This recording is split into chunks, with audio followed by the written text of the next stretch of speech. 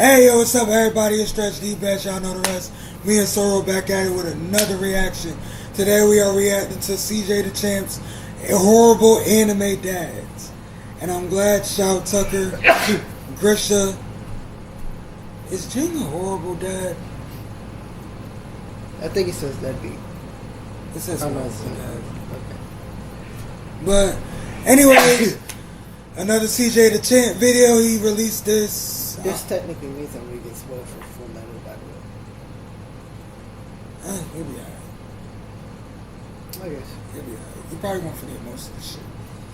Well, I know partially what Shout Tucker does. It's kind of impossible to avoid at this point, but... But anyways, like, comment, subscribe to the channel, share family and friends. Try and get our channels booming. This is the family movement. And go check our other channels as well. And we're going to get started. Looking back when I leave. Dads, they're either great and support their kids, and they are mostly there to protect and guide their child down the right path, to make sure they can have the best life they can possibly have. Or they're an absolute deadbeat bum-ass who hates their kid. Endeavor should definitely be on this list. I think he was in the original thumbnail, no? No? Was he? I thought he was. I don't know. I wasn't saying. And should have never had the right to reproduce. And when it comes to anime, I don't know what it is, but 99% of these can't raise yes, it's like they're allergic to being a good dad. So today I got a little different video for y'all. Today we're taking a deep dive and taking a look at some of the worst fathers in anime with an honorable mention. Because if I'm talking about bad dads in just animation, period, this motherfucker is gonna make the cut every single time. So we're gonna start from the top. And the lower we go, the worse they will get. It's like we're simulating hell for how much hell these fathers put their kids through. So without further ado, first up on the chopping block. Okay. Good old Jing. Now we're starting off with Jing because everybody else on this list I was to say is 10 times worse than. But it doesn't change the fact that this man Jing is the king of the deadbeats. Like when it comes to deadbeat dads in anime, Jing is easily the first that everybody thinks about. And I mean, the evidence is there. I mean, we all know the running joke. This man dropped his son off at his cousin's house and named him Gone. Because that nigga was gone 30 seconds later. This man is a stereotypical dad that went to go get milk and never came back. Bro really dropped off a whole baby and the child support bill on Mito because he knew he wasn't trying to pay that shit. And I ain't gonna lie, if Jing was my dad, I really hate this nigga because if he passed his ziggity zag ass hairline down to me, boy, I'd be sick. This man deserves the absolute worst for making his son inherit this shit. But besides all this man didn't come to see his son or contact him for 12 whole years. The only stuff he left for Gone was a cassette tape, a rusty ring, and a memory card for a PlayStation off of Craigslist, or a game that he created that you could die in. I kid you not, the nigga deadass left a message on a cassette tape that said, "Hey, smart, so, you wanna find me? Well, I don't wanna see you, little nigga. Matter of fact, don't even chase me, little nigga. I'm gonna be so real with you. But, if you do become a hunter, then beat this game that I made called Greed Island. It's basically Sword Art Online. So that means, don't die in that bitch." Oh, Jesus! I think somebody just died. I don't hate Greed Island as much as other people do. Anyway, so, you I liked it. Then I'll maybe finally talk to you. Well, good luck, sport. But I'm gonna be so real with y'all, the shit that really pissed me off about Jing in the moment that showed everyone that this ain't shit was when Gon was in the hospital. Now, Gon was fighting for his life after his fight with Pito. He was on life support and he was about to die. And Jing did not bother to visit him once when he was literally across the street. Not even a 5-minute walk. The lazy bastard didn't even want to go to the hospital to see his son that could have died. Like I'm telling y'all, when Leo called this man out in front of everybody, it was pure satisfaction. Bro got on the mic and was like, I got a question for Mr. Jing. Hey yo, why haven't you gone to visit your son, you bum ass nigga? You deadbeat, musty, dressed in rags, bitch. You want to answer a question for people you don't even know. Meanwhile, your own flesh and blood is about to die. So answer the question, hoe ass nigga. Why have you not going to see your son. And after Leorio called him out, Jing replied with, man, he got enough friends. He'll be fine. Did he even say he wanted me to come in the first place? And the fact that this man Jing said that, does he even want me to come, while Gon can't even say that shit because he's in a coma? Okay, Jing might actually be a more horrible person than I remembered. I don't remember that. I remember Leorio yelling at him. I don't remember the response. He said, I'm pretty sure. I mean, he said it, but yeah, he definitely said. Did he even ask me to come? He might be the worst person that I thought. Leorio off to the point where he said, "Fuck it."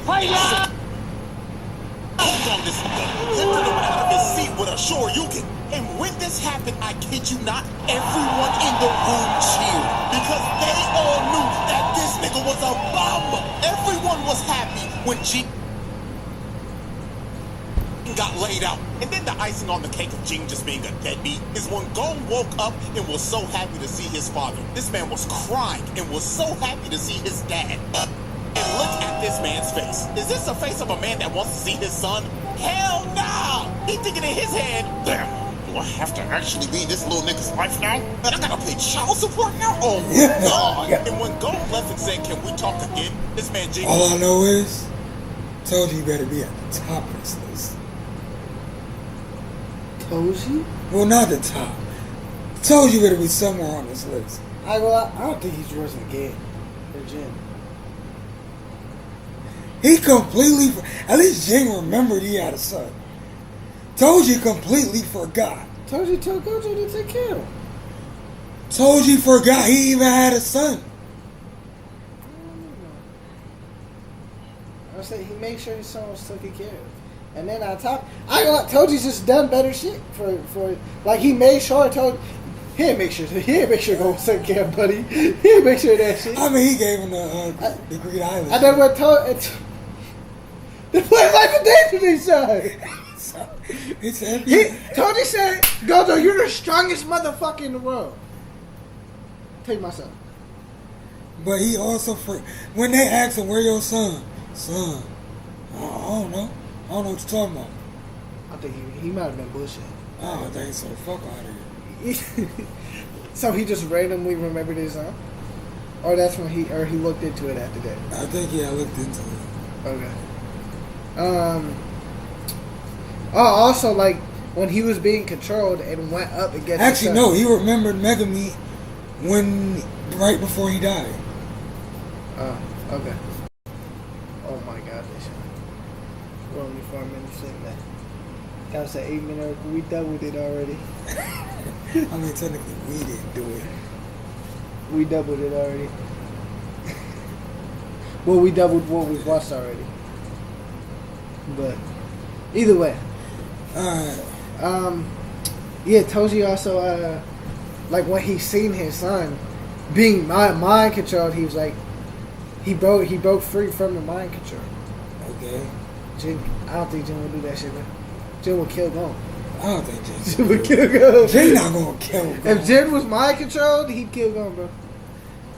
I don't know. I feel like Jin does care about Gon, just not in a way that we would, want it or see it. It just doesn't look that way. Because respectfully, Jin just believes his son is stronger than that. Because that's his son. If that's the case, then Goku better be on this list. No. Yes. No. All the times he done threw Gohan into danger. Or because he believed he can do it. It wasn't really a belief. He knew he could do it. And he was proved right that he could do it. We talking about the same Goku that started to take back all his decisions after the Cell Juniors was beating their ass. He took back of his decisions because of what Cell said, or not what Cell said, what Piccolo said. Yes, but at the end of the day, he was right. Like Gohan did do it. Like he said, he knew Gohan could do it, and Gohan did it. No, hold on, pause it.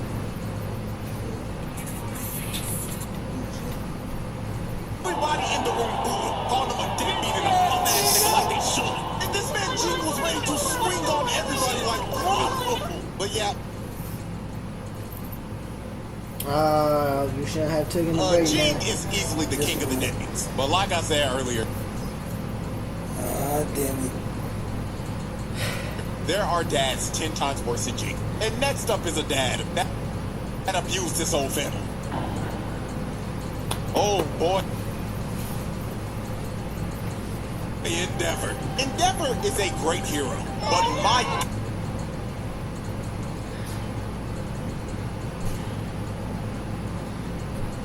Bro, is it the internet? God, he was a terrible father. Now, I will say this. Endeavor, without a doubt, was literally right there. Is the most improved father on this list. He's actually trying to do better. But the way he was for his whole redemption was awful. This nigga was a piece of shit that mentally abused and broke his entire family apart. And this was all because he was a hating ass nigga. You see, Endeavor was obsessed with trying to be better than All Might. So when he finally came to the realization that All Might was just better than him and it was just a skill issue, he decided, if I can't be better than him, then I'll make somebody better than him. So this man went out and bought a wife so he could make a hybrid baby with her that would have his flame quirk and her ice quirk. He wanted to make a little half-breed avatar. And the first child they had was Toya, aka Dabi. Now, Dabi inherited a strong version of Endeavor's quirk, but his body couldn't handle the heat because his body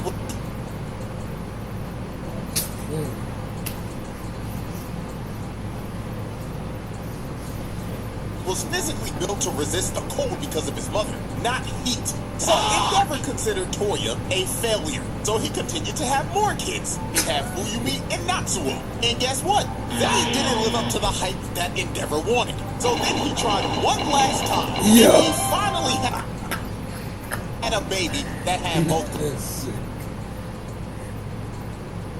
works, and that was Shoto. And when Endeavor finally had Shoto, he was so obsessed with them, he just gave up on all of his other kids and told them not to be heroes. I mean, this is straight up told Toya in the nicest way possible.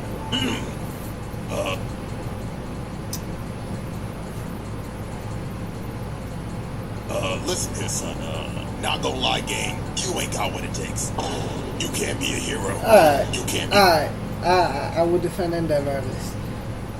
He would have liked Toya to be a hero, but he seen that was her. Like him telling Toya not to be a hero was him being caring at the end of the day, because he was hurting himself doing it. That's the entire reason he stopped doing it.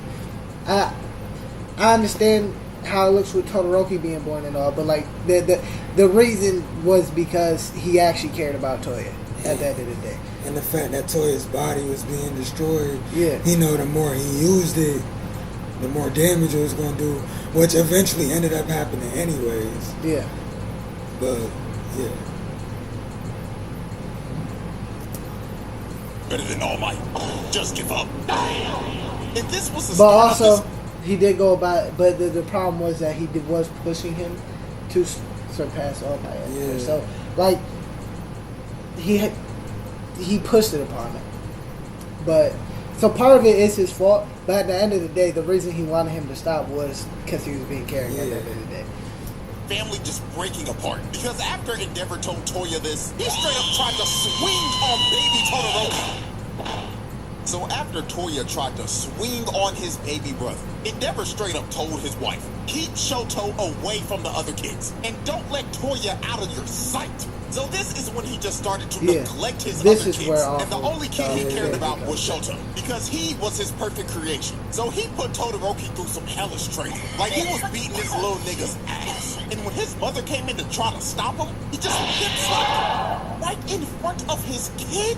And this wasn't even the last time he hit his wife. Because one day, Toya came back to his dad and told him, "Oh my God, Pops, I've been training, right? And not gonna lie, gang, I think I understand it now. You should come watch me, Dad, please." And when Endeavor heard Toya was training again, he went to his wife and slapped the shit out of her right in front of his kids and started yelling at her and cussing her out. And this was the start of Todoroki's mom's mental health just declining. Because every time she looked at her kids, she saw Endeavor. And this led to Todoroki's mom throwing boiling water on Todoroki's face, giving him the Zuko scar because she straight up snapped and tweaked out because she couldn't even see her kids the same. Her mind was broken. So he straight up threw her in a mental insane asylum. And then since he completely neglected Toya, Toya went up in the woods thinking his dad was coming. And when he realized he wasn't, his emotions took over and his flames became out of control. And it ended up starting a goddamn California forest fire. Man's burning down the whole forest and Endeavor thought his son was dead. Just for all for one, to find his son who was burnt to a crisp and make him a whole super max super fix. Nigga turned him into a D1 tweaker. So yeah, this man Endeavor mentally and physically abused his entire family and pushed them to their breaking points. All because he was a hating ass nigga that wanted to surpass All Might. But you see, Endeavor is not.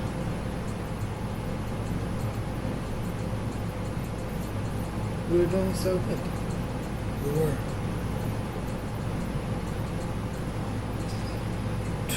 Not the only father that we're covering today. That was a firebender and caused their son to get half their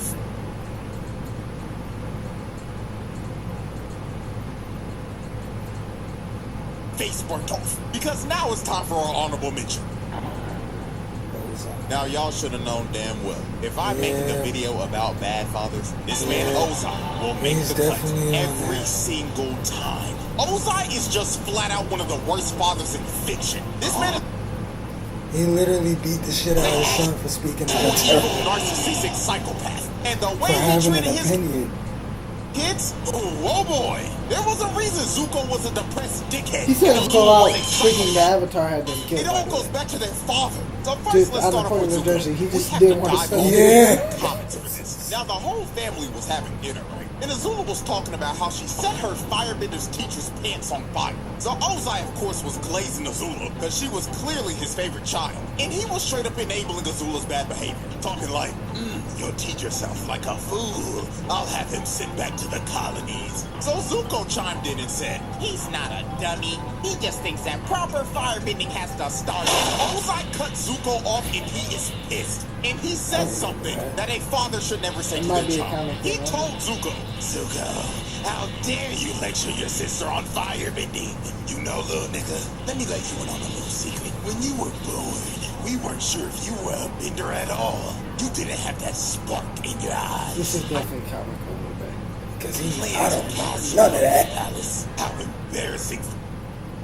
Do we have to read the Avatar comics? We might have to. For a prince of the Fire Nation to have a non-bender as our firstborn. Lucky for you, little nigga, your mother and the Fire Sages pleaded with me to give you a chance. Azula, on the other hand, never needed that kind of luck. She was born lucky. You were lucky to be born.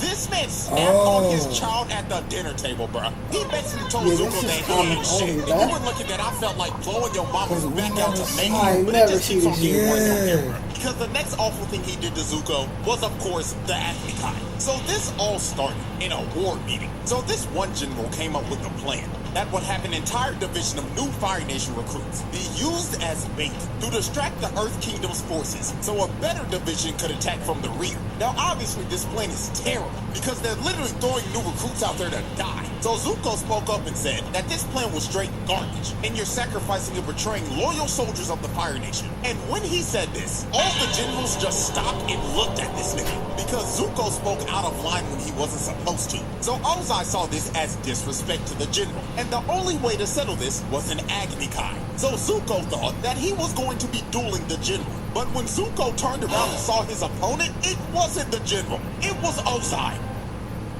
Because Ozai thought that it was disrespectful to him because Zuko ran his mouth in his... war chambers. So Zuko was pleading to his dad like, Dad, please, I'm sorry. I didn't mean it as disrespect. But Ozai was like, stand and fight, Prince Zuko. Don't be a bitch. Stand up and fight for your honor. So Zuko refused to fight Ozai, and Ozai proceeded to rip half of his face off in front of a live crowd. And then after he gave Zuko his scar, he banished him and forced him to have this ugly as a bald ponytail that nobody should ever be forced to have, and told him, don't come back till you find the Avatar, who has been missing for over 112 years. Ozai was basically telling him, don't ever come back, little nigga. And the only way you're coming back is if by the grace of God you get lucky to find a little bald nigga that has been frozen for over a century. Now let's move on to Azula. Ozai made Azula do all of his dirty work. This man just sat on his throne the entire series and sent his 14-year-old daughter to take over the entire Earth Kingdom while he just sat there and didn't do shit.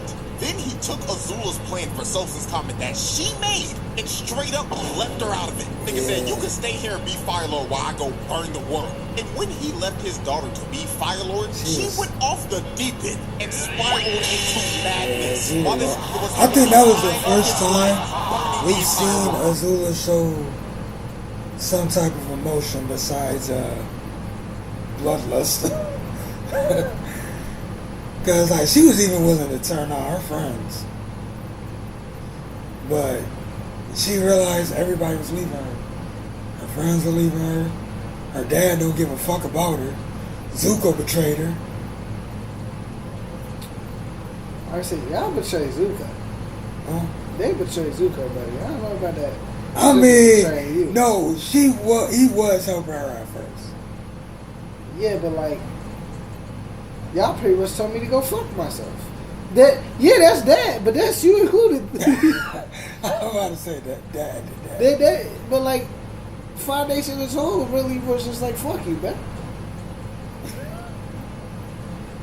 Except Iroh, the goat. But I mean, some of Zuko's soldiers stayed with him. Some. You could take it now. I mean, that's not the point. It's not a strength thing. But the rest of the Foundation outside of what was out in that boat, that's what they did. Ozai, without a doubt, is one of the worst fathers of all time. The fourth Kazekage is easily the worst dad in the Naruto series, and is just flat out one of the worst dads in anime history. This motherfucker ain't shit. He had Gaara living one of the worst childhoods of all time. Nigga had his...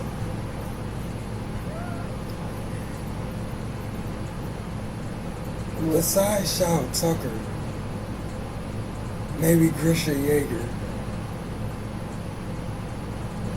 Who could be worse? Because, like, you sent my uncle to come kill me. You sent my uncle to kill me. I don't know. The only ones I can really see next are Shao Tucker, obviously, is going to be on this list. Grisha, I think that was more of an Eren thing. Because then Eren manipulate Grisha? Yeah. So that's more of an Eren thing.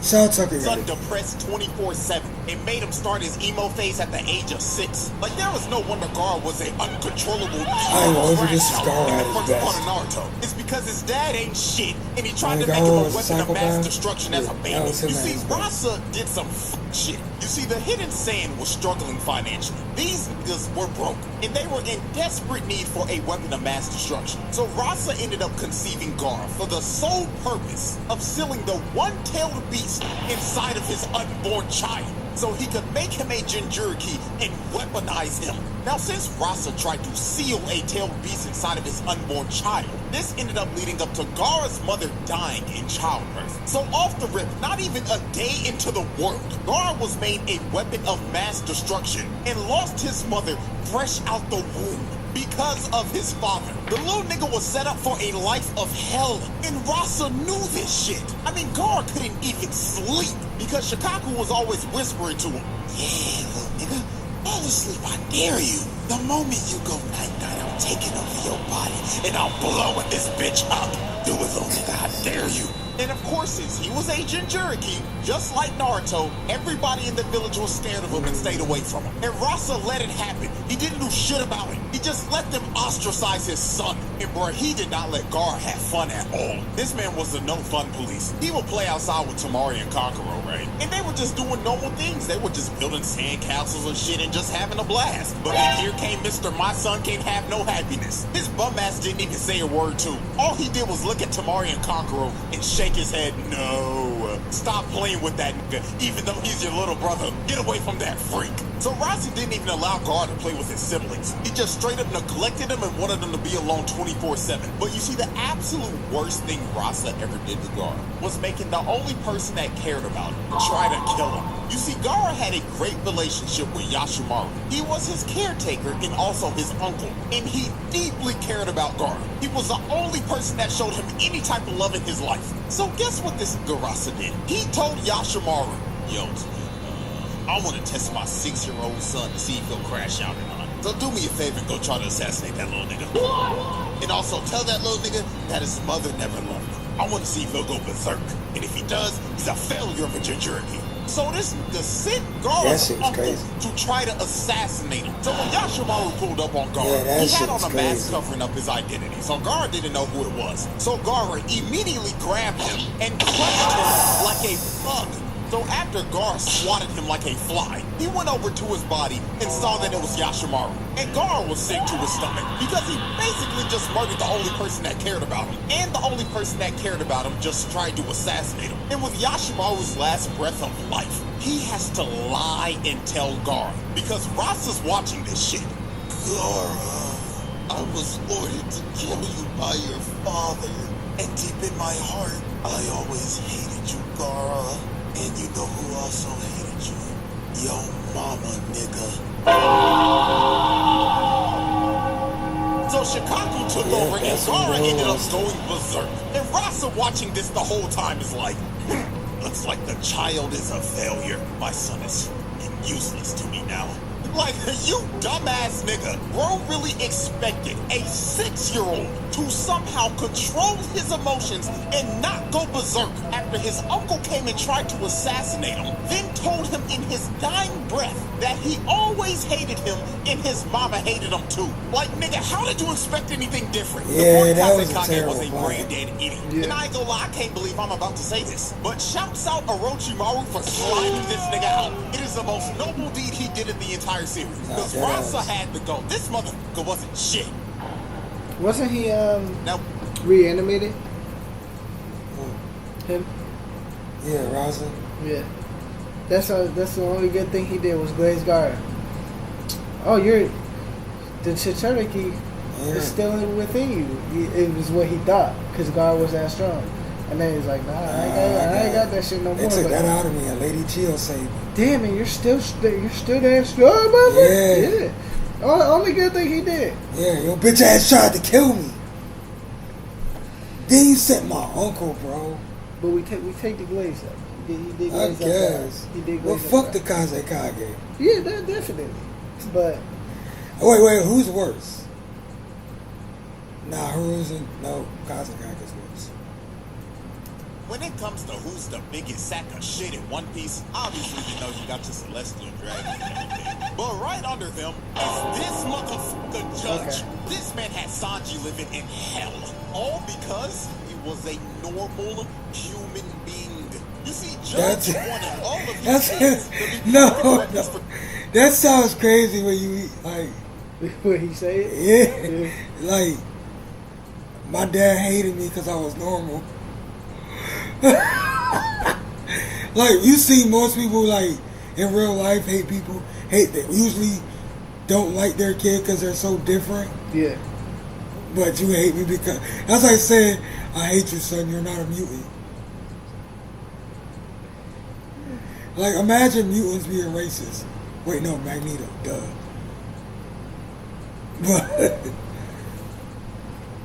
But yeah, just picture that. Just like, oh yeah, son, you got no superpowers. Fuck you. That's gonna be me. How dare you not have the powers of Spider-Man? Get the fuck up my face. Out my house. Until you swing in on a building or climb on that ceiling, you are not allowed in this house. At least heat vision or something. Give me something. Give me something. Nigga, if you can't punch a hole through 30 buildings. Not my kid. Yeah, my child. No, son. Like, that's fucked up, bro. Like, Sanji really got belittled for being normal. And they got praised for being freaks. Germa 66, and he went to the lengths of genetically altering his kids to the point where they would lack any type of sympathy. He wanted them to be emotionless weapons because Judge was a warmonger who terrorized the North Blue and wanted to conquer all of it to restore the Germa Empire to its rightful glory. Now Sanji was the oddball of the family because he actually had emotions and was just a regular human because of his mother. Because when she was pregnant, she took a drug to try to stop the genetic mutation that Judge was trying to do to their kids. Now this made her bedridden and she ended up dying because of this. And it only worked for Sanji. His other three brothers was some emotionless dickheads because of the genetic mutation. So Judge put all of his kids through intense training. And during this training, Sanji always fell behind. So when Sanji was basically failing every single training exercise, Judge became disgusted with Sanji. He was so disgusted with this little nigga. So, it was just like a thought in my head. I don't even know if I can really say this. We might have to cut this out. But I was going to say, imagine, like people, like, racist towards what they do today. But, like, you're not black. You gotta get out. Like, one of their kids is just more lighter than the other. That's it. That he would let his other brothers beat the shit out of him, and he wouldn't do anything about it. Sanji would cry for his dad's help, but Judge would just look at him and tell him, "Man, little nigga, if you don't get your ass up, quit being a crybaby and bitch. I can't believe you got my blood." Sanji beat your ass now, though. He certainly would. Step up to him right now, I dare you. He certainly would. Matter of fact, go touch Nami or Robin. Go do it. I dare you. You know what? Drop a plate of food on the floor on purpose. I hope you do it in front of him. I ain't gonna lie, don't touch. If you do anything to Nami or Robin, it's not just Sanji you gotta worry about, buddy. Yeah. Matter of fact, you might have to worry about Usopp going to randomly lock him. You better watch the fuck out. Nigga go bruh. You just go see the monster trio pull up with fucking fire eyes. Zoro already got the do-rag on. Luffy already geared 5. Sanji got his leg lit up. Yeah. Shit. Robin and Nami might even join the fray. I ain't gonna lie, they probably whooping their ass. Robin probably is at the very least. Yeah. I think Nami is at this point. Zeus sticking? I think so. At least Judge. I don't know about everybody, but at least Judge. Because I ain't gonna hold you, Judge is not as strong as his kids. Yeah, he's not. Actually, disrespectfully. So, yeah. People don't talk about it, but Nami did fry the Jinbei Seraphim. He healed, but it was fried as fuck. Damage. And she did, respectfully, as much as I want to downplay giants, she did electrocute a giant. And it did crazy damage. For Nami, yeah, that's a crazy yeah. More feats than Usopp already. And the Elbaf alone. Yeah. That's crazy. Damn. I feel like Oda is just saving Usopp. I just feel like he's saving. I feel like something big. I don't know. That's what I feel. Maybe I'm wrong. I ain't gonna lie though. I do agree with the notion that like he won't die in Elbaf. You know how people were saying it because of the theme song? Yeah. Well, I mean, obviously because Oda doesn't kill characters. But no, like, he still has to meet Yasa, I feel like. And then... What if he doesn't meet Yasa? And Yasa has to find out. I ain't gonna hold you. That could be an emotional scene for him. Yeah. But then who's gonna fight Van Augur? Now we switching shit up. Cause like that's Usos. Yeah. Well, that's what we've been. That's what we've been speculating. Yeah. But at the end of the day, like we've all been hyped for that fight, respectfully. Like there's no one else on the crew right now where you're like, yeah, go fight Van Martin. I'd love to see it. Shit, he might. Someone, one of the monster trio might just have to deal with him quickly. Pack him up real quick. Yeah. Nah. I do Usopp mix it at least to the next arc. At least. Usopp, I don't think Usopp has died. I feel like it would. It would impact the story heavy. Yeah. Absolutely. Will Oda do it? We don't know.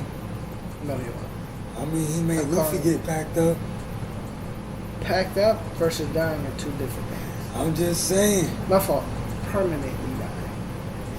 I'm just saying.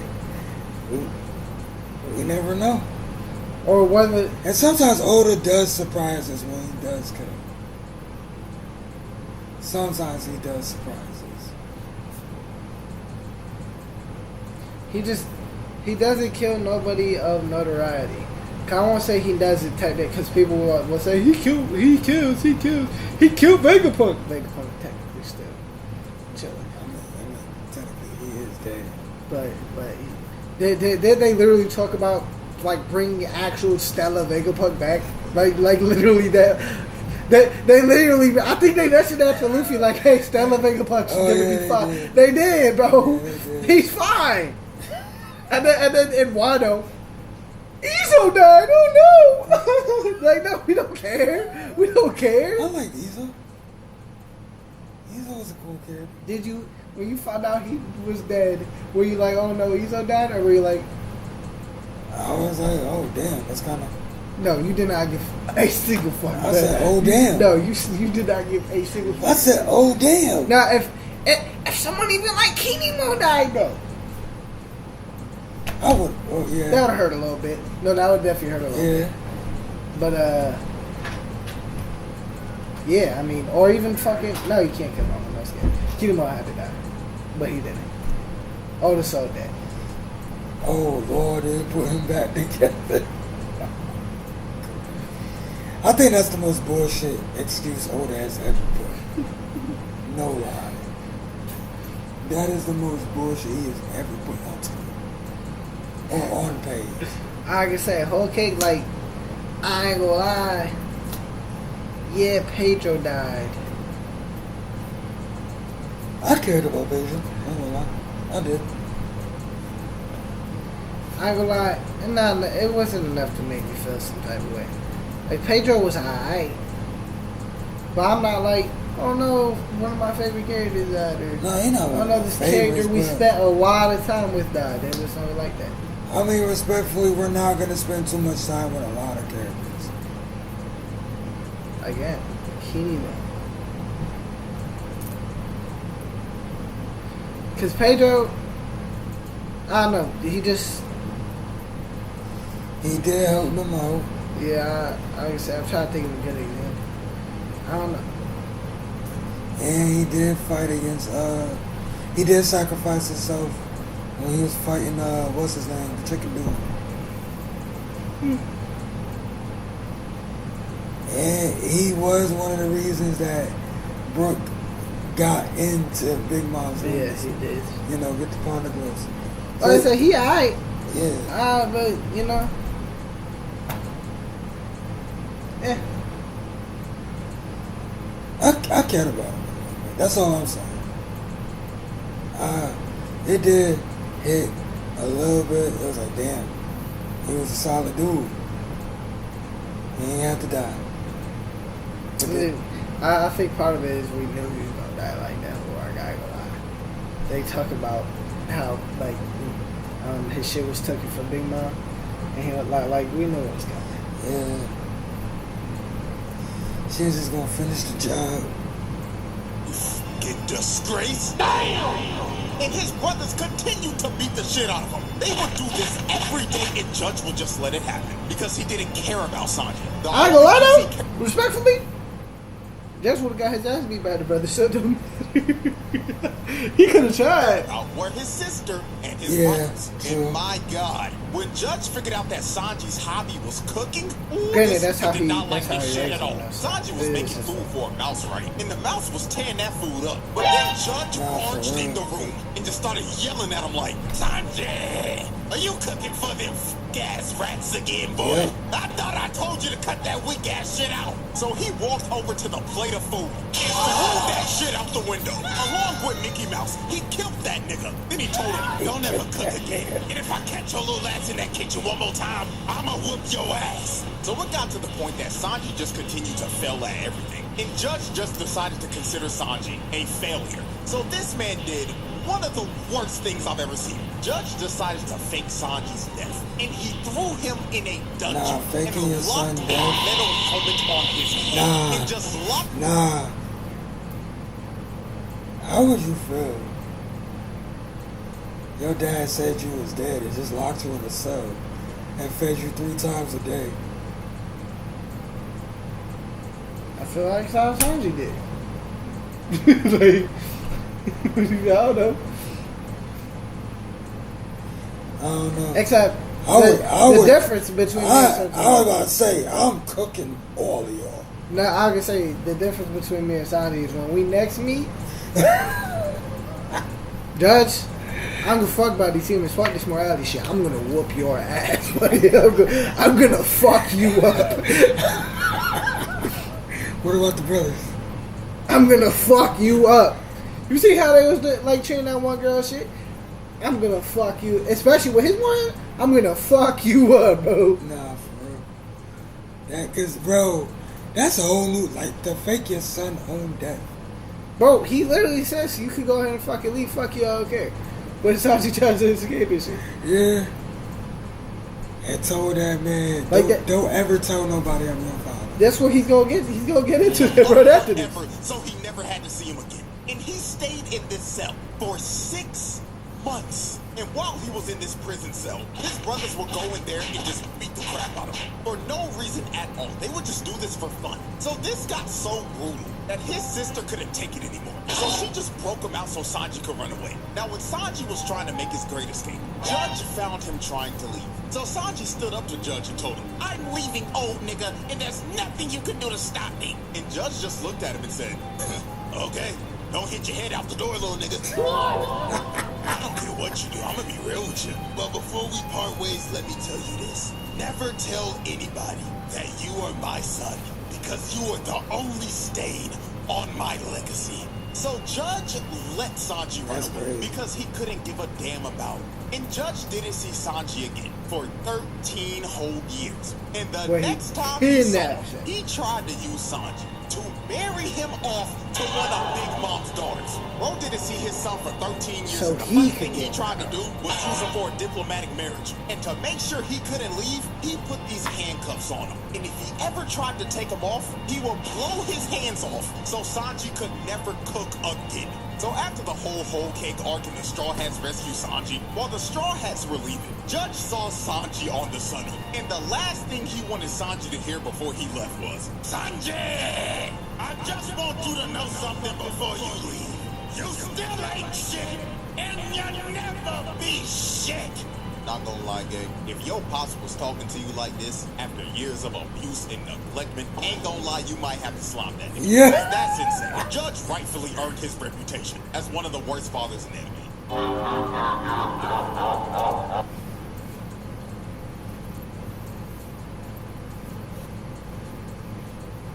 This is gonna kind of be my introduction to him. I've tried to stay away from learning as much as I can about this shit, because I don't want to be less mad while I'm watching Full Metal, because I already know what happened. Like, I know he turns people into animals and stuff. I'm assuming that's what he does to his daughter, but I don't know, like, the context or anything. So now I'm about to get the context. This is my first time ever seeing the context. Stop. Do you think I should? It depends on you. If you feel like it's gonna mess up the experience, then you should stop. But if you feel like it's not really going to make impact, then it might. That's my thing. I just don't know. Do you think it would like mess it up for a Full Metal Alchemist like watch it. Matter of fact, I think I should start that and just read that and check it next. Yeah, we should. Oh yeah, you should. 'Cause I've already seen it. Yeah. You gonna watch the original series or you gonna watch Brotherhood? Yeah. I don't know. Oh, I think, yeah. Everyone says Brotherhood's better, so. In my opinion, it is. Because I've seen both. Yeah. Brotherhood's better? Yeah. But, if you really don't want to know, you really just want to save it for... When I watch it? Yeah. I ain't gonna lie. I think that's what we should do. Hey, Dan did for y'all, man. But if there was another room he could go into, unless you're gonna read and do it by yourself for the rest of the video. Yeah. But, yeah, alright, y'all. That's gonna be done this one. Sorry, we won't get into this segment. Like and subscribe to all channels, especially this one. And yeah, peace. Peace out. Oh, I don't think I said this video. Hashtag go to sleep stretch. Or get some sleep, my fault. Get some sleep.